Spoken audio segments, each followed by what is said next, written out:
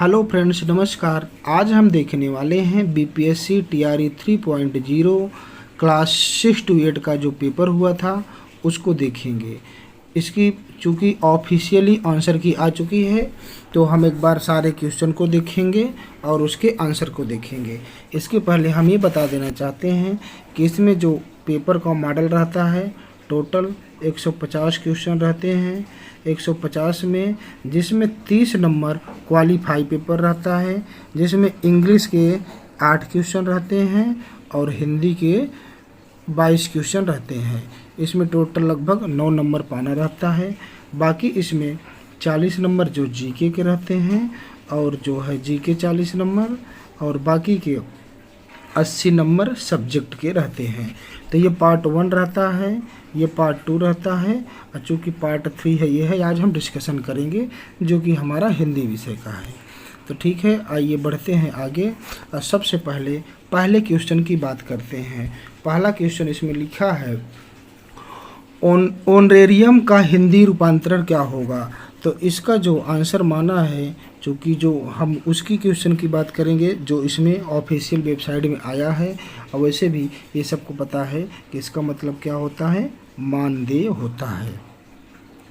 Question number अगला है 72 है, चूँकि 71 से चालू होता है और 150 तक जाएगा। क्वेश्चन नंबर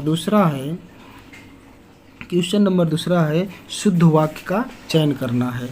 चूँकि शुद्ध वाक्य इसमें है कि सबसे पहले लिखा है मैं प्रातः काल के समय घूमने जाता हूँ। मैं प्रातः काल के समय घूमने जाता हूँ। देखिए इसमें क्या हुआ है ना कि प्रातः काल ये भी समय की बात कर रहा है, यहाँ भी समय 2 बार आ गया, इसी प्रकार से ये गलत रहेगा। तुम सबसे सुंदरतम हो। इसमें विशेषण की जो 3 अवस्थाएं होती हैं, प्रथम द्वितीय और तृतीय अवस्था, सुंदर, सुंदरतर और सुंदरतम। तो इसमें तीसरी अवस्था दिया है और चूँकि यहाँ तुम एक वचन और की बात है इसलिए ये भी बिल्कुल नहीं होगा। तीसरा है कल शाम मूसलाधार बारिश हुई। तो इसका आंसर एग्जैक्ट जो आंसर हो जाएगा ऑप्शन नंबर सी हो जाएगा। 72 का ऑप्शन नंबर सी हो जाएगा। अब क्वेश्चन नंबर 73 पे चलेंगे। 73 पे चलेंगे। इसमें लिखा है तुलसीदास की रचना नहीं है। कवितावली तुलसीदास की है, विनय पत्रिका तुलसीदास की है, रामचंद्रिका यह तुलसीदास की नहीं है, यह केशवदास की रचना है। ऑप्शन नंबर 3 सही हो जाएगा। क्वेश्चन नंबर 74 पे चलेंगे। इसमें है वाक्य के उस भाग को जिसमें एक से अधिक पद परस्पर संबंध होकर अर्थ तो देते हैं किंतु पूरा अर्थ नहीं देते, उसे क्या कहते हैं। इसे ये आपने देखा होगा और चूँकि आयोग के द्वारा जो इसको बताया गया है उसे पदबंध बोला जाता है। पद का बंधना पदबंध बोला जाता है। क्वेश्चन नंबर 75 है। इसमें एक गद्यांश इसमें एक दिया हुआ है और इसको बताना है कि इसमें कौन सा रस है। श्लोक है थर्राती है वसुधा सारी, है आसमान तड़तड़ा रहा, अरी दल पर कूद पर उमड़ कर है रोम रोम फड़फड़ा रहा। मतलब इसमें देखिए थर्राती है वसुधा सारी, तो इसमें से जो 75 का हो जाएगा वो क्वेश्चन नंबर इसका आंसर वीर रस हो जाएगा। क्योंकि इसमें वीरता की बात की गई है इसलिए वीर हो जाएगा 75। अब चलते हैं 76 पर। 76 है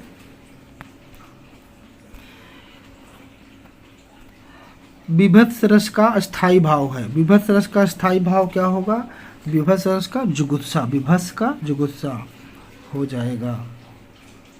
ऑप्शन नंबर सी हो जाएगा। क्वेश्चन नंबर 77 पे चलते हैं और इसको देखते हैं।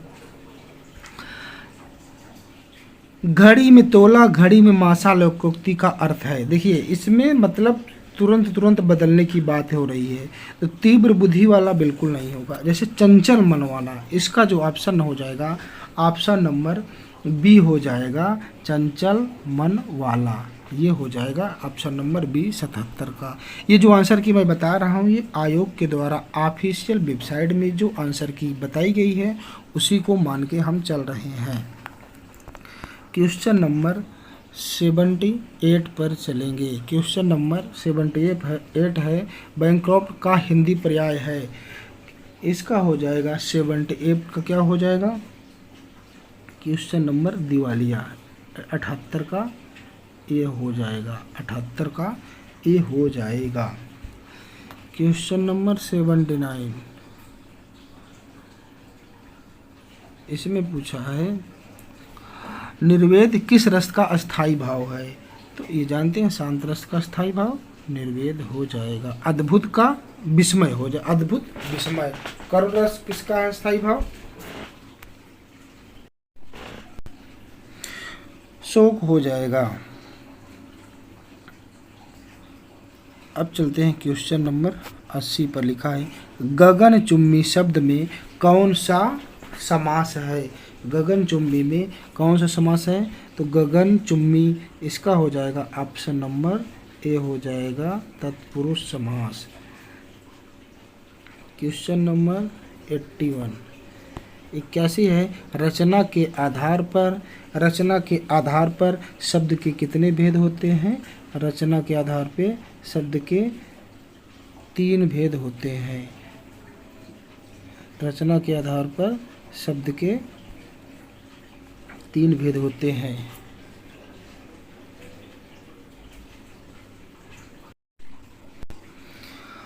आगे बढ़ते हैं। क्वेश्चन नंबर 82 रामचंद्र शुक्ल के निबंधों का संकलन है। ऑप्शन नंबर ए त्रिशंकु, चिंतामणि, मेरी असफलताएं। तो ये पता है मेरी असफलताएं किसकी हैं बाबू गुलाब राय की है। इसका जो हो जाएगा 82 का सही ऑप्शन जो होगा वो हो जाएगा बी हो जाएगा चिंतामणि। रामचंद्र शुक्ल के निबंधों का संकलन चिंतामणि है। ठीक है। क्वेश्चन नंबर 83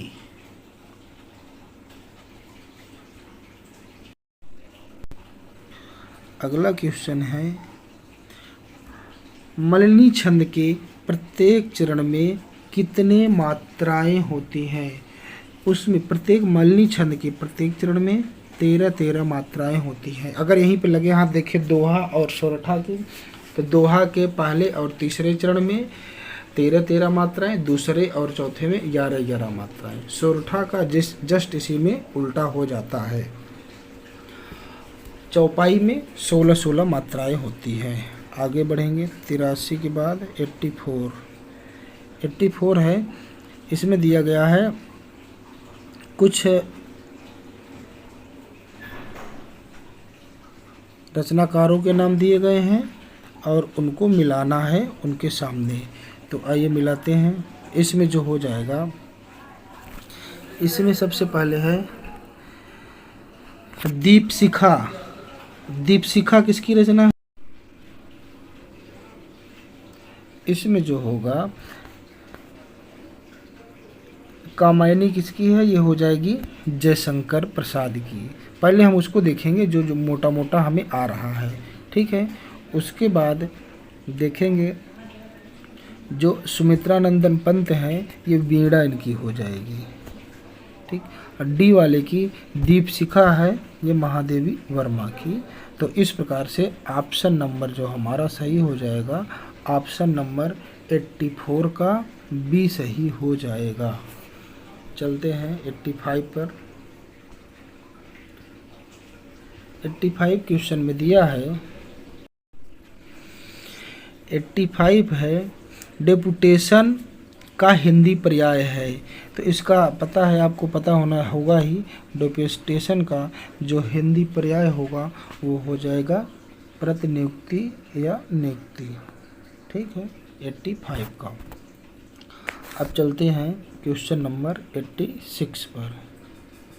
86 में चांद का मुंह टेढ़ा काव्य संग्रह के रचनाकार हैं।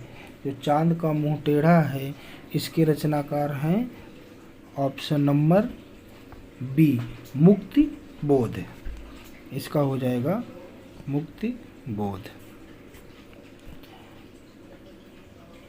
87 का इसमें पूछा है अभ्युदय का संधि विच्छेद कीजिए। तो जो अभ्युदय है इसका जो सही संधि विच्छेद होगा हो जाएगा अभि प्लस उदय। तो क्या हो जाएगा ई और प्लस उ मिलके बराबर यह हो जाएंगे। तो ये कौन सी संधि हो जाएगी? यण संधि, यण संधि हो जाएगी। तो जो इसका ऑप्शन नंबर होगा 87 का वो कौन सा सही हो जाएगा? अभिधन उदय, ऑप्शन नंबर बी हो जाएगा 87 का। 88 देखते हैं कि सूरदास के गुरु कौन है। तो सूरदास के गुरु कौन है? वल्लभाचार्य हैं। 88। अब चलते हैं 89 पे। 89 है संक्षेपण का गुण नहीं है, इसका हो जाएगा ऑप्शन नंबर ए अलंकृत भाषा। 90 है घन आनंद किस काल के कवि हैं, इसका हो जाएगा, ये हैं रीतिकाल के हैं। ये थोड़ा सा जो है साहित्य से क्वेश्चन है, वहाँ से देखना पड़ेगा। अगला है देवधन इंद्र, देवेंद्र में कौन सी संधि है? तो देवधन इंद्र में इसमें गुण संधि हो जाएगी। इसकी एक ट्रिक है, उसको बताते हैं। देवधन इंद्र गुण, देखिए जो दीर्घ संधि है, दीर्घ संधि में अक्सर आ जाएगा, जैसे दीर्घ संधि में जो आएगा अक्सर आएगा दीर्घ संधि में बड़ा आ, बड़ी ई, बड़ा ऊ, ये दीर्घ संधि में आएगा, ठीक। और जब जैसे गुण संधि है, गुण संधि की सिंगल मात्रा रहेगी, ठीक। और वहीं पर अगर वृद्धि संधि की बात करें तो जो डबल मात्रा रहेगी वो वृद्धि संधि हो जाएगी, ठीक। ये संधि की कुछ ट्रिक है। आगे चलते हैं 91, अब है 92। 92 है दोहा छंद के प्रथम और तृतीय चरण में कितनी कितनी मात्राएं होती हैं। अभी हम जस्ट पहले ही इसको पे डिस्कशन किए थे कि दोहा छंद है, चूँकि दोहा है इसके पहले और तीसरे चरण में 13 मात्राएं होती हैं और दूसरे और चौथे में 11 मात्राएं होती हैं। और सोरठा जस्ट इसका उल्टा होता है। सोरठा बनाने के लिए कोई दोहा का श्लोक लेके उसी को भी पहले की जगह दूसरे को रख करके आप बना सकते हैं, सेम श्लोक को बना सकते हैं। अब चलेंगे 93 में है रामधारी सिंह दिनकर की रचना नहीं है। 93 है रामधारी सिंह की दिनकर जी की रचना नहीं है। तो जो इसमें इनकी रचना है ये ऑप्शन नंबर 3 जो है तुलसीदास, ये इनकी रचना नहीं है। अगला चलेंगे क्वेश्चन नंबर 94 में है खग जाने खग की ही भाषा लोकोक्ति का अर्थ है। देखिए इसको आप ठीक से पढ़ेंगे 2 बार तो आंसर इसका बहुत आराम से समझ में आ जाएगा। लिखा है अपने वर्ग के लोग ही एक दूसरे को समझ सकते हैं। हाँ ये तो लग रहा है किसी में हो सकता है। और देख लेते हैं, एक पक्षी दूसरे पक्षी की भाषा समझता है, पंछी की कोई भाषा नहीं होती। तो इसका जो एग्जैक्ट जो आंसर है 94 का वो ऑप्शन नंबर ए हो जाएगा। 94 के बाद अब चलेंगे 95 पर। 95 में है किस वाक्य में 3 13 होना मुहावरे का अर्थ का प्रयोग हुआ। मतलब एक मुहावरा है 3 का 13 होना, इसको कट रहा है क्या, थोड़ा सा ऐसे कर लेते हैं। 3 13 होना मुहावरे का अर्थ जो है वो किस में है यही बताना है। तो रावण ने विभीषण को 3 13 कर दिया, ऐसा कुछ नहीं है, ये नहीं मैच कर रहा है। पिता को आते देखकर बेटा 3 13 हो जाता है। पिता को देखकर बेटा 3 13 नहीं, 9 2 11 होना, मतलब भाग लेना होता है। ठीक, 3 13, पिता की मृत्यु के बाद पूरा परिवार 3 13 हो गया। ये एकदम सही है कि पिता के न होने पर जो परिवार है वो जो है सब बिखर जाता है, 3 13 हो जाता है। पिता की मृत्यु के बाद पूरा परिवार 3 13 हो गया। ये इसका 95 का एग्जैक्ट हो जाएगा। अब क्वेश्चन नंबर है, अगला है 96 है भरपेट समास में, भरपेट शब्द में समास है। भरपेट का मतलब हुआ कि पूरा पेट भर, मतलब पेट भर करके। तो इसका जो हो जाएगा कौन होता है, तत्पुरुष समास नहीं। इसमें चूंकि पहला पद अव्यय है इसलिए इसमें कौन सा समास हो जाएगा, अव्ययी भाव समास हो जाएगा। ऑप्शन नंबर बी सही है। 97 क्वेश्चन नंबर 97 है, लिखा है कि तव मिठास दई दयो इते सलोने रूप, काव्य पंक्ति में अलंकार है। तो इसमें जो अलंकार है इसमें विरोधाभास की बात की गई है। क्वेश्चन नंबर, थोड़ा हम फास्ट चलेंगे क्योंकि वीडियो थोड़ा लंबी ज़्यादा ना हो जाए, इसलिए थोड़ा आंसर को देखते हुए जल्दी जल्दी फास्ट चलेंगे। अगला है असाध्य वीणा के रचनाकार हैं। तो इसका हो जाएगा, इसके रचनाकार हैं अज्ञेय जी हैं। ये थोड़ा साहित्य से क्वेश्चन उठाया है।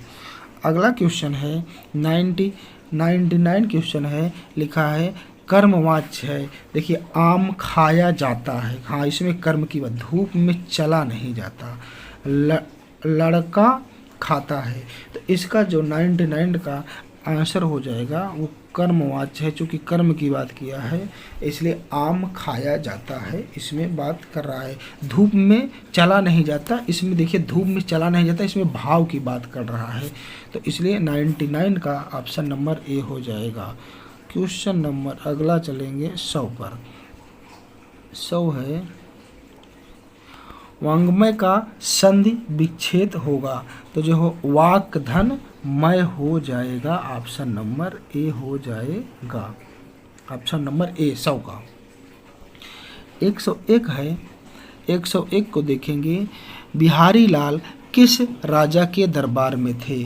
तो 101 का ये हो जाएगा महाराजा जयसिंह हो जाएगा।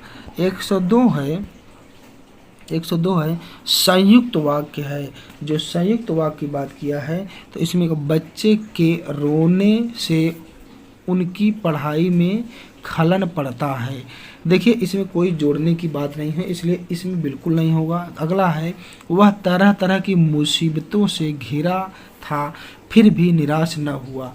देखिए यहाँ पे चूँकि यहाँ से वाक्य घिरा था, फिर अगला वाक्य आ रहा है, 2 वाक्य हैं इसलिए इसमें ये संयुक्त वाक्य कहा जा सकता है।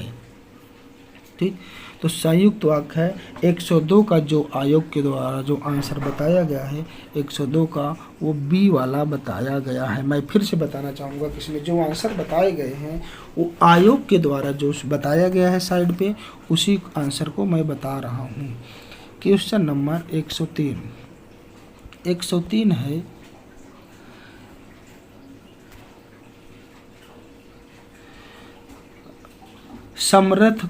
समर्थ को नहीं दोष गोसाई, लोकोक्ति से तात्पर्य है।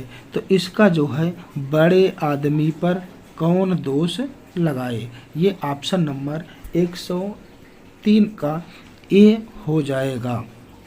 अगला है क्वेश्चन नंबर 104, 104 का है हो जाएगा कि सूरदास की रचना है। तो जो सूरदास की रचना है वो साहित्य लहरी हो जाएगी। 104 का बी नंबर हो जाएगा। 105 है पेट काटना मुहावरे का अर्थ है। कंजूसी करना, पेट को कष्ट पहुंचाना बिल्कुल नहीं है, तो बिल्कुल नहीं होगा। पेट को कष्ट पहुंचाना बिल्कुल नहीं होगा। भूखा रहना ये भी नहीं होगा। तो इसका कौन सा हो जाएगा, पेट काटना मुहावरे का अर्थ है कंजूसी करना। ठीक, अगला है क्वेश्चन नंबर 106, 106 है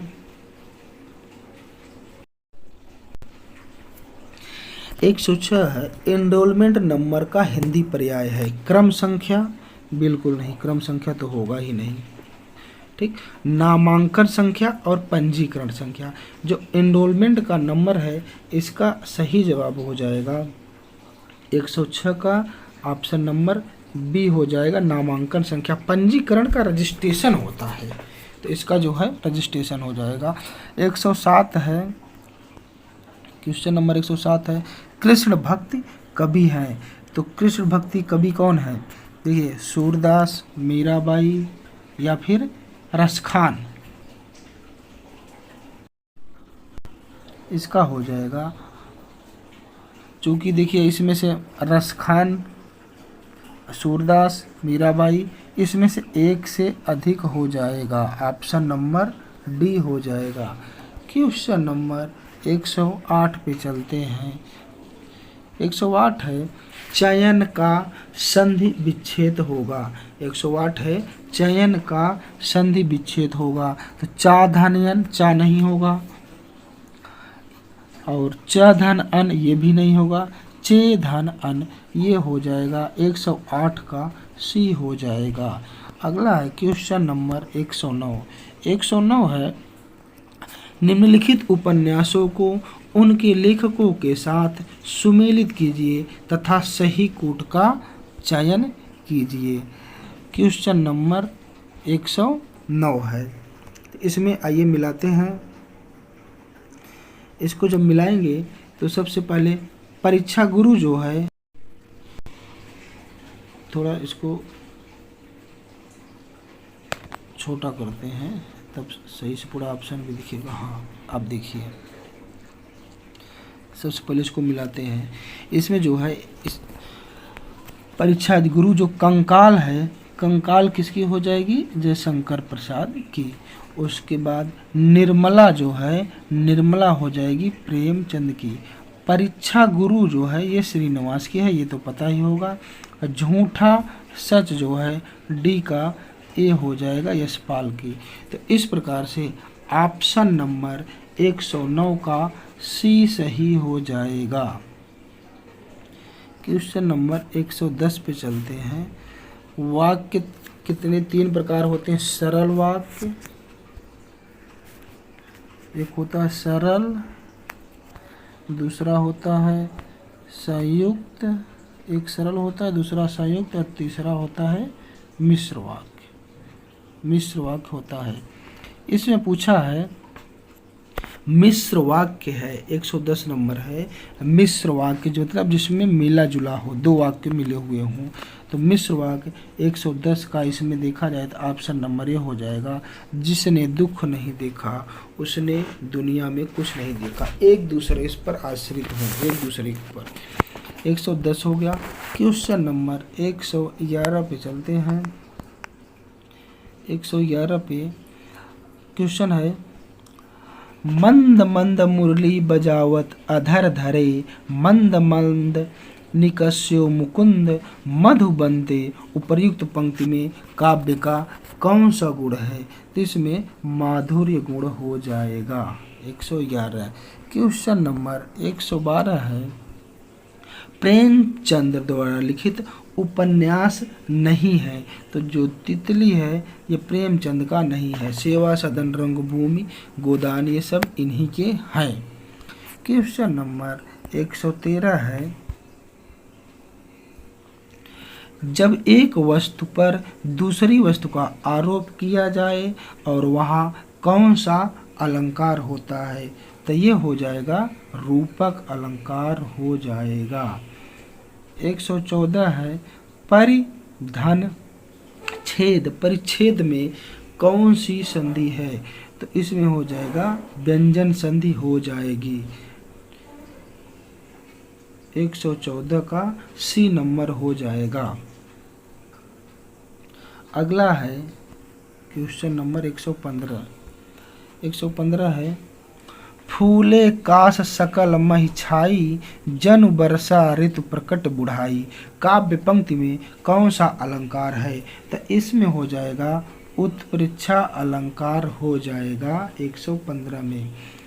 उसके बाद क्वेश्चन नंबर 116 है, अशुद्ध वाक्य है, श्री कृष्ण के अनेक नाम है। श्री कृष्ण के अनेक नाम है, अनेकों होना चाहिए, ये नहीं होगा। दूसरा है बंदूक एक उपयोगी अस्त्र है। देखिए बंदूक, अस्त्र और शस्त्र में ये ध्यान रखना है कि जो चीज़ें साथ में हमारे रहें, जो साथ रहें, उन्हें क्या बोलेंगे, उन्हें शस्त्र बोलेंगे, और जिन्हें फेंक के मारा जाए उन्हें अस्त्र बोलेंगे। क्योंकि बंदूक पास में रहती है तो इसलिए बंदूक हमारा जो है क्या हो जाएगी, उपयोगी अस्त्र। हालांकि ये बताने का विशेष कोई परिपेक्ष नहीं था। इसमें पूछा है 116 का अशुद्ध है, तो इसमें जो हो जाएगा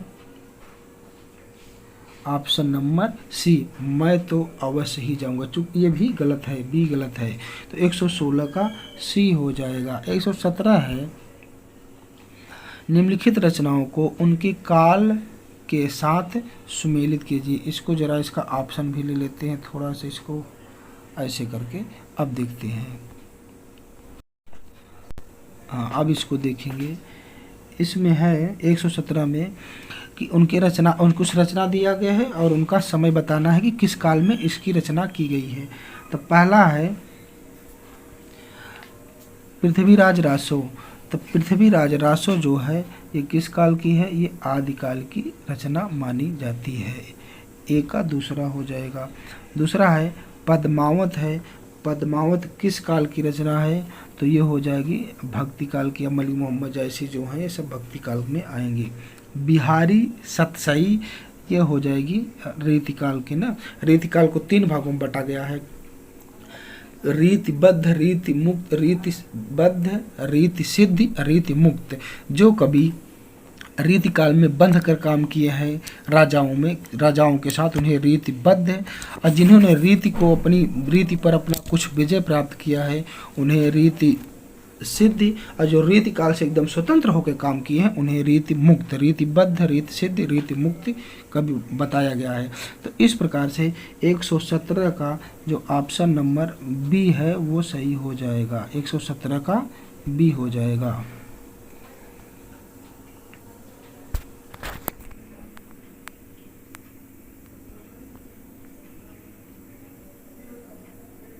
थोड़ी देर के लिए मिस्टेक हो गया था, सॉरी। 17 क्वेश्चन नंबर 118 है। अगर आपको लगेगा कि वीडियो स्लो है तो आप थोड़ा फास्ट करके देख लीजिएगा। 118 है जब वाच्यार्थ और लक्षणार्थ से भी शब्द के अर्थ का बोध न हो तब उसका बोध कराने वाली शक्ति कहलाती है, वो कहलाएगी व्यंजना कहलाएगी। 118 का सी हो जाएगा। थोड़ा और फास्ट चलेंगे। 19 है चौराहा शब्द में समास है। समास देखो, अव्ययी भाव, पहला समास अव्ययी भाव, जिसमें अव्ययी भाव मतलब होता है जिसका पहला पद अव्यय हो। अव्ययी भाव के बाद द्वंद्व और द्विगु। द्वंद्व में होता है जिनमें दोनों पद प्रधान हो, जैसे माता पिता भाई बहन।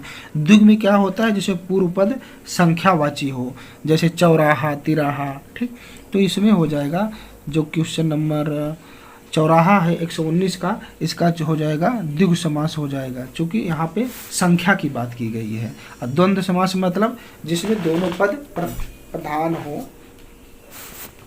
क्वेश्चन नंबर 120 में चलेंगे।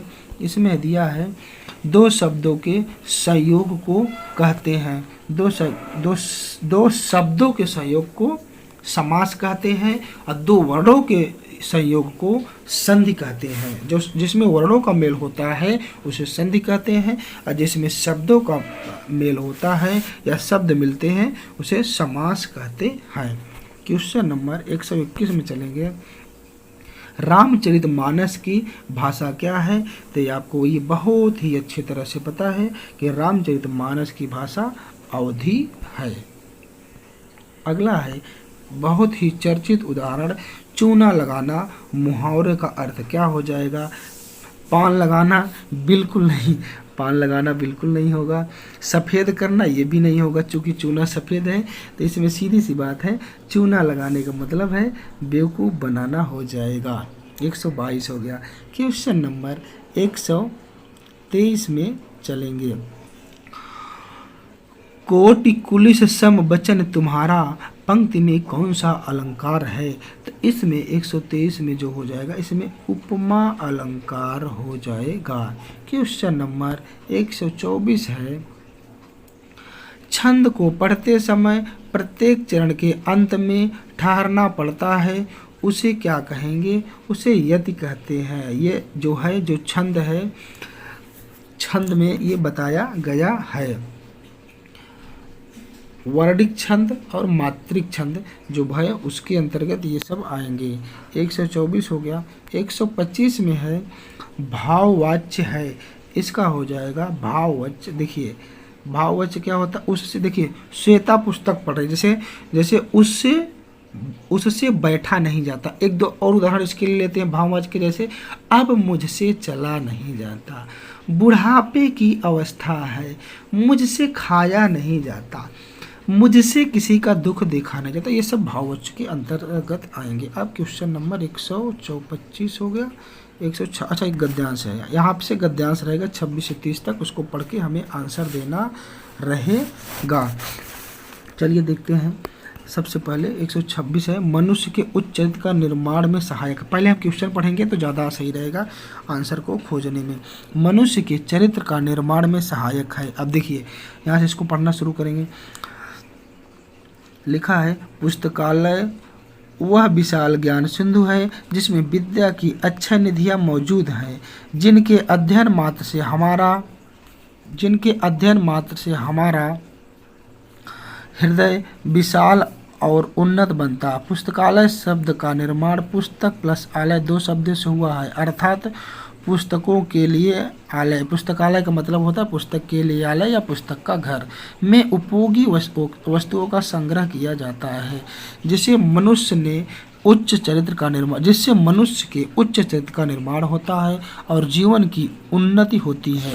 इससे मनुष्य में स्वाध्याय की रुचि पैदा होती है और मस्तिष्क का विकास होता है। थोड़ा सा इसको जूम आउट करके नीचे देखेंगे।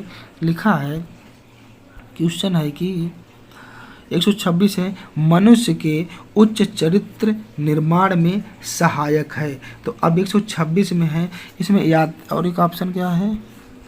हाँ ये अच्छा है, मनुष्य के जो चरित्र के निर्माण में सहायक यात्रा होंगी। जी नहीं, इसमें सबसे जो अच्छा आंसर है वो पुस्तकें आएगा, क्योंकि पुस्तक से ही हम जो है अपने चरित्र का निर्माण अच्छा कर पाएंगे। ये गद्यांश को पढ़ने से समझ में आ गया होगा। 127 है, विद्या की अक्षय निधियाँ कहाँ मौजूद हैं? इसको एक बार देखेंगे, विद्या की अक्षय निधियाँ कहाँ मौजूद हैं? तो देखिए यहाँ पे होगा, यहाँ से देखिए विद्या की, देखिए यहाँ से इसको लेते हैं मार्कर, विद्या की अक्षय निधियाँ मौजूद हैं। पुस्तकालय वह विशाल सिंधु है जिसमें विद्यालय की अक्षय निधियाँ मौजूद हैं। तो इसका क्या हो जाएगा? 127 का सी नंबर हो जाएगा, पुस्तकालय में मौजूद है। ऑप्शन नंबर सी हो जाएगा, पुस्तकालय।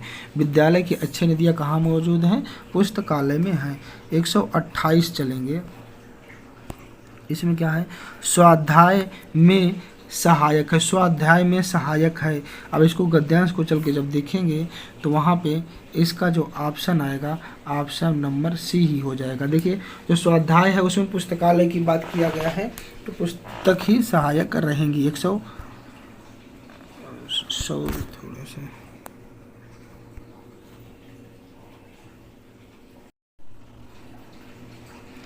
हाँ, तो 128 का ऑप्शन नंबर सी हो गया। अब थोड़ा और फास्ट चलेंगे, ज़्यादा लेट हो रहा है। 129 है, हमारा हृदय विशाल और उन्नत कैसे बनता है? एक सेकेंड, इसको थोड़ा सा 29, अच्छा ये उसी गद्यांश का है। तो इसको जब गद्यांश हम देखेंगे तो इसका हो जाएगा हमारा पुस्तकों के अध्ययन से। देखिए पुस्तक की बात की गई है, तीनों क्वेश्चन में जो आंसर हमने लगाया है पुस्तक ही संबंधित है, क्योंकि गद्यांश भी उसी से रिलेटेड है। 129 हो गया। क्वेश्चन नंबर 130 है, ज्ञान सिंधु का अर्थ है, ज्ञान सिंधु का जो अर्थ है ज्ञान का सागर, ज्ञान की नदी, ज्ञान की व्यवस्था। देखिए ज्ञान की नदी से बढ़ के ज़्यादा आप सही क्या लग रहा है, ज्ञान का सागर, तो 130 का ए हो जाएगा। चलते हैं 131 से पहले एक गद्यांश है उसको पढ़ेंगे। लिखा है, औद्योगिकरण के फलस्वरूप नगरों की आबादी तेजी से बढ़ी है। गांव के लोग रोटी रोजगार के चक्कर में शहरों में आकर गंदी बस्तियों की वृद्धि करते हैं।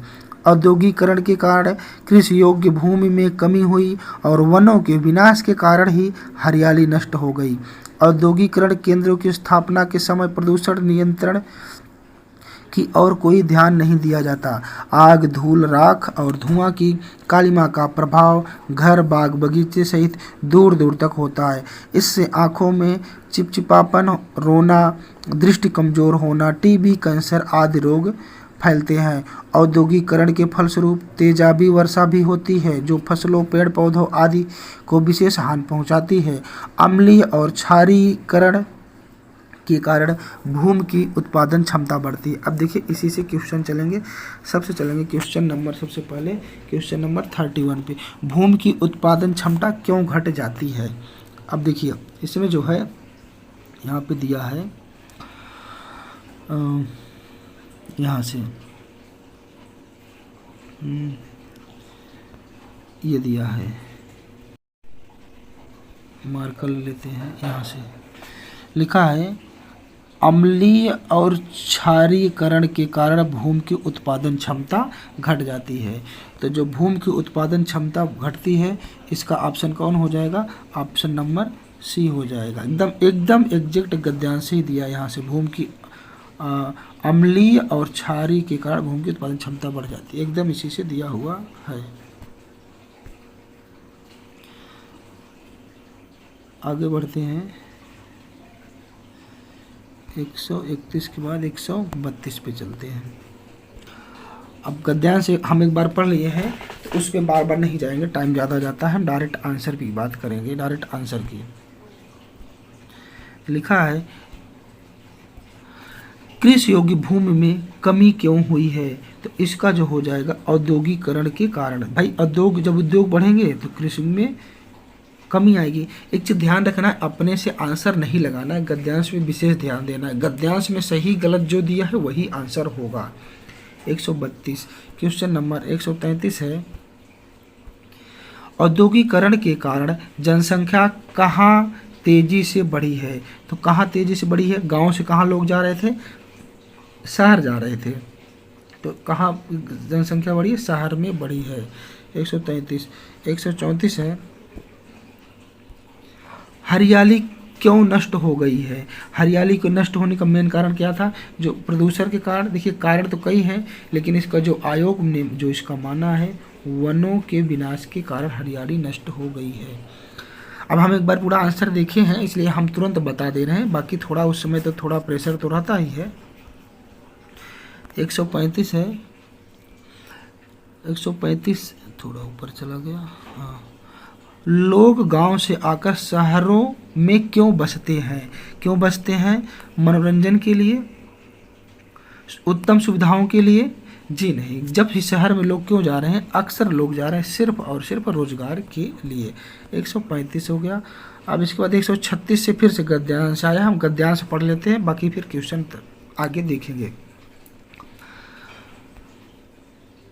आलस्य को छोड़ने के लिए शारीरिक श्रम करना चाहिए। आलस्य को जीतने का यही उपाय है। यदि इससे काम न लिया गया तो उसकी सजा प्रकृति की ओर से मिले बिना न रहेगी। बीमारियों के या किसी और कष्ट के रूप में वह सजा भोगनी ही पड़ेगी। शरीर श्रम में जो समय लगता है वह व्यर्थ नहीं जाता, इसका प्रतिफल अवश्य मिलता है। उत्तम आरोग्य प्राप्त होता है। शारीरिक रोग का जैसे मन पर असर होता है वैसे ही शारीरिक आरोग्य का भी होता है, यह अनुभव सिद्ध है। अब इसके आधार पे हम सारे क्वेश्चन करेंगे। हम गद्यांश देख लिए हैं तो सीधा आंसर की बात करेंगे। क्वेश्चन नंबर 136 है, शरीर श्रम में क्या लगता है। अनुभव, जी नहीं। शरीर, शरीर तुम्हें तो लगता ही है, तो इसका जो आंसर हो जाएगा समय लगता है। 36 हो गया। 37 है आरोग्य। आरोग्य से तात्पर्य है, आरोग्य का तात्पर्य है, इसका क्या हो जाएगा आरोग्य। थोड़ा सा इसको आंसर एक बार इसका देख लेते हैं। हाँ, इसमें देखिए ऑप्शन रोग मुक्त होना भी होगा और स्वस्थ होना भी होगा, तो इसमें इस तरह से ऑप्शन नंबर डी हो जाएगा 137 का। क्वेश्चन नंबर 138 है आलस्य के परिणाम स्वरूप सजा किस रूप में मिलती है। तो जो आलस्य के परिणाम स्वरूप है, कैसे, प्रकृति से दूर रहना, बिल्कुल नहीं। मन का दुखी होना, जी नहीं। बीमारी एवं कष्ट होता है। ऑप्शन नंबर 138 का सी सही हो जाएगा। चलते हैं 139 में।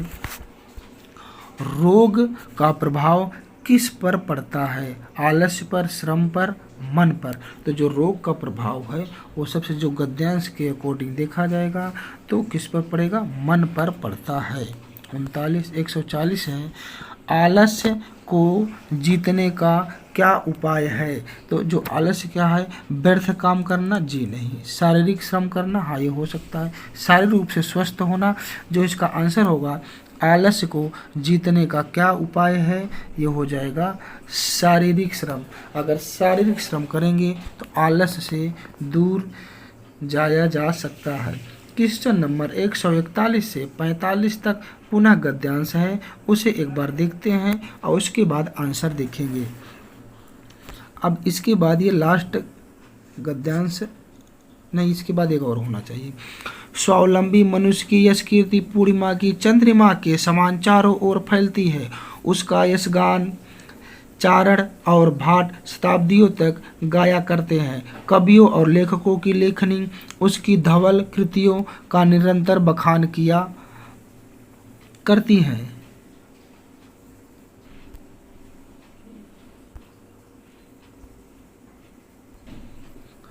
किया करती हैं। उनका अभिनय रंगशालाओं तथा चित्रपटों पर हुआ करता है। पाठक और श्रोता उनसे मनोरंजन के अतिरिक्त नित्य नया पाठ सीखा करते हैं। मनुष्य की कीर्ति उसकी शारीरिक सुंदरता नहीं, वरन उसकी पूर्ण कृतियाँ हैं। गद्यांश के बाद अब क्वेश्चन देखेंगे 141 से। इसमें है चंद्रिका का पर्यायवाची है। चंद्रिका का पर्यायवाची है, तो जो चंद्रिका का पर्यायवाची इसमें जो हो जाएगा ऑप्शन नंबर सी, चंद्रिका मतलब चांदनी हो जाएगी। 41 का सी हो जाएगा। 42 है मनुष्य की कीर्ति किससे फैलती है। तो इसमें हो जाएगा पूर्ण कृतियों से फैलती है। ऑप्शन नंबर 1 सही हो जाएगा। 43 है, 43 को देखेंगे। पाठक और श्रोता किससे नया पाठ सीखा करते हैं। मनुष्य के उज्ज्वल कार्य से नए पाठ सीखा करते हैं। 43। 44 नंबर है चारण और भाट किसका यशगान करते हैं। तो वो हो जाएगा स्वावलंबी मनुष्य का। गद्यांश में सारी चीज़ें दी हुई है। धवल का अर्थ है, धवल का जो अर्थ है वो धवल का, देखिए धवल जो है इसको जो अगर देखें थोड़ा डिटेल से तो धवल का स्वच्छ भी होगा, उजला भी होगा, सफ़ेद होगा, हैंडसम होगा, हाँ तो कई चीज़ें हो जाएंगी। तो इसलिए इस प्रकार से 145 का ऑप्शन नंबर डी हो जाएगा। 146 से 150 तक पुनः गद्यांश है और ये लास्ट गद्यांश रहेगा। इसके बाद क्वेश्चन हमारे ख़त्म हो जाएंगे। मैं लास्ट में इसकी आंसर की भी लगा दूंगा, जिससे एक बार देख सकते हैं अगर कोई मिस्टेक हुआ है। वैसे हमने पूरी सावधानी बरती है, कोई भी गलत ना होने पाए आंसर में, लेकिन अगर ऐसा लगेगा तो मैं एक बार लास्ट में आंसर भी पूरा दिखा दूंगा क्वेश्चन नंबर 71 से 150 तक का। आइए गद्यांश देखते हैं। व्यक्ति की उन्नति से ही देश की उन्नति संभव है। बिना आत्मोन्नति के देश का उन्नयन असंभव है। धर्म, जाति, भाषा, क्षेत्र, राज्य आदि छोटी छोटी बातों पर लड़ना द्वेष फैलाता है, देश को पीछे ले जाता है, राष्ट्र की गरिमा घटती है। हमें सभी प्रकार के मतभेदों को भूलकर आपस में भाईचारे का संबंध रखना चाहिए। देश की शक्ति और व्यवस्था को बनाए रखना हम सबका कर्तव्य है। राष्ट्र की उन्नति तभी संभव है। अब देखेंगे क्वेश्चन नंबर 146 से। इसमें दिया है राष्ट्र की गरिमा कैसे घटती है। तो राष्ट्र की गरिमा आपसी लड़ाई, ईर्ष्या, द्वेष से घटती है। ऑप्शन नंबर सी सही हो जाएगा 46 का। उसके बाद 47 है, देश की उन्नति किसकी उन्नति से संबंधित है। तो देश की उन्नति जो है ये किससे संबंधित है, व्यक्ति से ही तो संभव होगी। धर्म और भाषा से देश की उन्नति नहीं होगी, जब व्यक्ति की उन्नति होगी तभी देश की उन्नति होगी। 47 148 राष्ट्र की उन्नति कैसे संभव है। राष्ट्र की उन्नति देश की शक्ति और व्यवस्था बनाए रखने से है। 148 हो गया। क्वेश्चन नंबर 149 है, देश को पीछे क्या ले जाता है। अगर इसको देखेंगे धर्म और जाति, हाँ ये भी हो सकता है, लेकिन हम चूंकि गद्यांश के अकॉर्डिंग देखेंगे, देश को पीछे क्या, छोटी छोटी बातों पर लड़ना, केवल अपनी उन्नति करना। इसका जो आंसर है वो हो जाएगा छोटी छोटी बातों पर लड़ना, ये हो जाएगा 149 का। और आज का हमारा लास्ट अंतिम क्वेश्चन है, भाईचारे के संबंध के लिए आवश्यक है भाई मतभेदों को भूलना, देश की उन्नति, जी नहीं हो जाएगा मतभेदों को भूलना, ये हो जाएगा। इस प्रकार से ये बीपीएससी 3.0 क्लास 6 to 8 का हिंदी का जो क्वेश्चन था, क्वेश्चन नंबर 71 से 150 तक, आज हमने उसको देख लिया है। अब इसके बाद हम आपको एक बार दिखा देते हैं, इसका आंसर की ऑफिशियल जो है उसको भी एक बार दिखा देते हैं।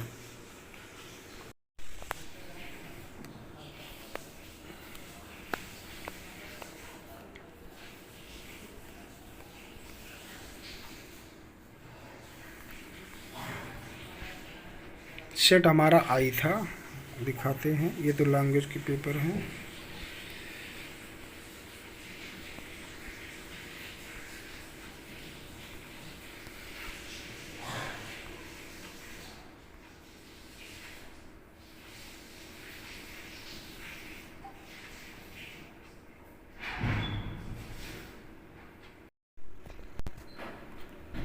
ये हमारा है बीपीएससी का 6 to 8 Hindi language general and question number हमने जो हिंदी का है 71 से लिया था, 71 से यहाँ से, ये 71 यहाँ से है, 71 का ये सी नंबर है। इस हिसाब से सारा आंसर मैंने दिखा दिया। इसका एक बार स्क्रीनशॉट आपको लेना हो तो ले सकते हैं।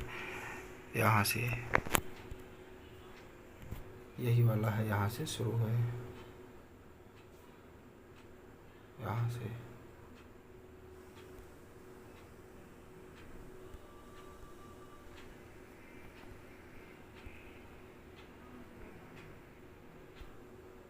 ये पूरा यहाँ से।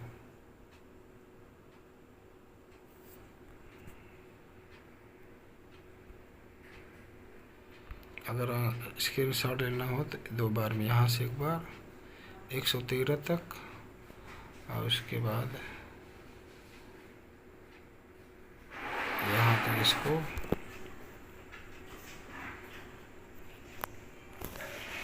उसके बाद इसको, ये हो गया 150 पूरा।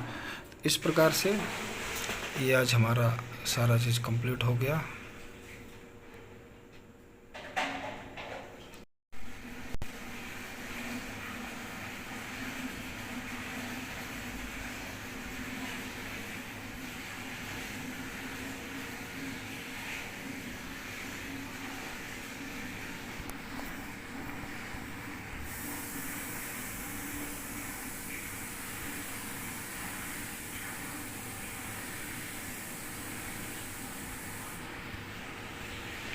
तो ठीक है, आज के लिए इतना ही।